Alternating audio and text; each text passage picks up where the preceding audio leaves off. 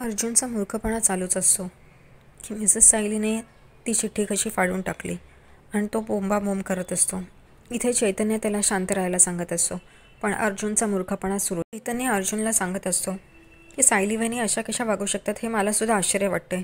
काही ना काहीतरी गडबड असेल. पण अर्जुन काहीही ऐकायला तयार नसतो. फक्त एवढंच बोलत असतो की मिसेस सायली अशा कशा वागू शकतात.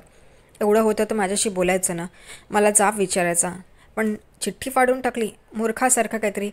तेच मूर्खासारखे हावभाव सारखे तेच दाखवत असतो अर्जुन, बाकी काही नाही. आणि येड्यासारखा वागतोय. इथे चैतन्य त्याला सांगतो मला काहीतरी गडबड वाटते.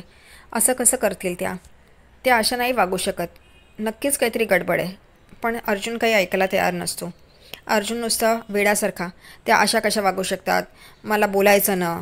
तेव्हा चैतन्य त्याला म्हणतो की आता तू एक शब्दही बोलणार नाही, शांत बस. तू एक शब्द काढलास तर याद राख म्हणून. तू इकडे बस, मी आलोच. तेव्हा तो म्हणतो अर्जुन तू कुठे चाललायस. तो म्हणतो मी आलो सांगितलं ना, गपगुमान इकडे बस म्हणून. आणि चैतन्य तिकडे निघून जातो. इथे अर्जुन म्हणतो माझी काय स्थिती आणि हा काय वागतोय. हा निघून गेला सर मला सोडून. जा सगळेच जा म्हणून. इथे चैतन्य किचनमध्ये येतो खाली आणि कचऱ्याच्या डब्यात जिथे सायलीने ती चिठ्ठी फाडून फेकलेली असते त्या कचऱ्याच्या डब्यातून ती चिठ्ठीचे तुकडे उचलतो, आपल्या खिशात टाकतो आणि पळत वरती रूममध्ये येतो. तो रूममध्ये येतो आणि त्या चिठ्ठीचे सगळे तुकडे एकत्र करत ते बघत असतो. तेव्हा त्याला कळतं की ही वाण सामानाची चिठ्ठी आहे. त्याच्यात रवा, साखर असं लिहिलेलं असतं. तेव्हा तो अर्जुनला म्हणतो तुझं आय लव्ह यू हे साखर आणि रवा कसं झाला. अर्जुन तिकडे बोंबाबोंबच करत असतो. तेव्हा चैतन्य त्याला म्हणतो अरे गप ना, इकडे ये सांगतोय ना मी तुला.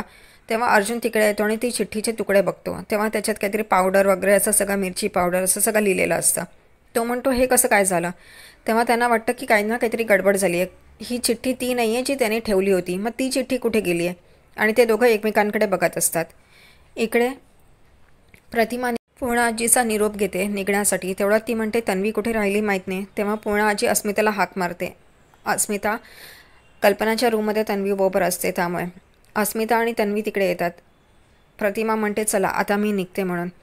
तर पूर्ण आजी म्हणते तू पाहुण्यासारखी येतेस लगेच जातेस. तर ती म्हणते आता माझ्याकडे मोबाईल पण आहे ना, आपण फोनवर एकमेकांना बघू पण शकतो. असा करून ते निरोप घेतात आणि तिकडून निघून जातात. इकडे घरी आल्यावर तन्वी रविराजला बघते आणि बा करत अगदी त्यांच्या जवळ जाऊन मस्का मारत असते. मग म्हणते मी खूप थकली आहे, मी जाऊन जरा रूममध्ये फ्रेश होते, आराम करते.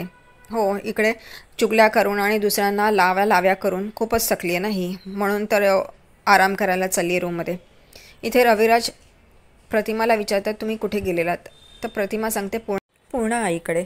हे ऐकून रविराज एकदम लचकतात. म्हणते प्रतिमाला विचारतात की तन्वीने तिकडे काही गडबड तर केली नाही आहे ना, नीट वागली आहे ना. तेव्हा प्रतिमा म्हणते हो, अगदी शाण्या मुलीसारखी वागली आहे ती. आणि अस्मिता गप्पा मारत होत्या म्हणूनच कदाचित तिचा मूड चांगला असेल म्हणून. रविराज इकडे म्हणतात ठीक आहे, असं असेल तर ठीक आहे म्हणून. ते रविराज प्रतिमाला सांगतात आज संध्याकाळी तुझी सायकॅट्रिस्टची अपॉइंटमेंट आहे माहिती आहे ना तुला. तर ती डोकं हलवते आणि म्हणते माझ्या एक स्टुडंटला काही पेपर्स द्यायचे आहेत, ते 5-10 मिनटाचं काम आहे, ते करूया आणि मग डिनरपर्यंत घरी येऊया, चालेल ना. प्रतिमा पण हो म्हणून मुंडी हलवते. इकडे सायली किचनमध्ये सगळी बिस्किटं डब्यात भरत असते. तेवढ्यातच तिच्या हातात ते हार्ट शेपचं बिस्किट लागतं. ती म्हणते मी एवढ्या प्रेमाने अर्जुन सरांसाठी हे बिस्किट बनवलं पण त्याचा काहीच उपयोग झाला नाही म्हणून. आणि ते बिस्किट ती मधूनच तोडते. तेवढ्यातच ती बघते अर्जुन आणि चैतन्य खालती तिकडे आलेले असतात आणि काहीतरी शोधाशोध करतात. ती विचारते काय झालं म्हणून. तेव्हा ते दोघं म्हणतात काय नाही आणि किचनमध्ये शोधाशोध करत असतात. ती चिठ्ठी शोधत असतात. तिला आश्चर्य वाटतं काय चाललं यांचं कळत नाही आहे, पण शोधतात तर खरं. ते सगळीकडे टेबलाच्या खालती आजूबाजूला सगळीकडे शोधत असतात. तेव्हा सायली म्हणतं काय झालं सांगा तर खरं, काय शोधताय तुम्ही. तेव्हा अर्जुन म्हणतो चिठ्ठी. एकदम चैतन्य सावरून घेतो आणि म्हणतो चिठ्ठी नाही, एक कागद आहे असं. आणि त्या मूर्खासारखा अर्जुन काहीतरी बोलत असतो आणि चैतन्य त्याला सावरत असतो. तेव्हा चैतन्य तिला म्हणतो आमचा एक महत्त्वाचा क्लायंटचा नंबर लिहिला होता एका कागदावर, तो कागद हरवला आहे म्हणून. तेव्हा सायली म्हणते ठीक आहे, मला पण मिळाल्यावर मी तो तुम्हाला देईन, कारण मगाशी माझ्याकडे जो कागद होता तो वाण सामानाची चिठ्ठी होती, ती मी फाडून फेकून दिली म्हणून. हे ऐकून चैतन्य आणि अर्जुन एकमेकांकडे बघत असतात.